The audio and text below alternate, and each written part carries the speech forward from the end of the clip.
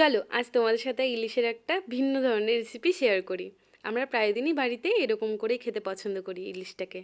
তো ফার্স্টেই মা এখানে বেগুনটা কেটে নিচ্ছিল, আগে মাছটা ধুয়ে নিল, দেন এখানে বেগুন কেটে নিচ্ছিল।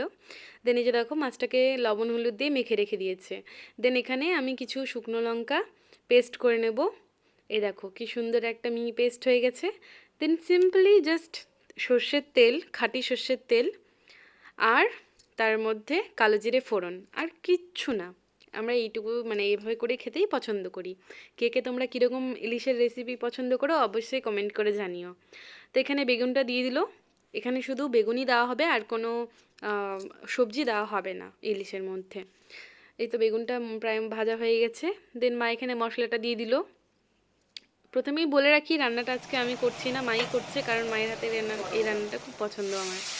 তো মাকেই বললাম করতে। দেন এখানে গরম জলটা দিয়ে দিল, আর সিম্পলি মাছগুলোকে, কাঁচা মাছগুলোকে দিয়ে দিল। দেওয়ার পরে দেখো মাছের ডিমগুলো বেশ শক্ত শক্ত হয়ে গেছে। মাছটাকে বেশি নাড়াচাড়া করা যাবে না। ব্যাস আমাদের রেসিপি কমপ্লিট। ফুটে গেলেই রেসিপি কমপ্লিট। কেমন হয়েছে জানিও কিন্তু। টাটা।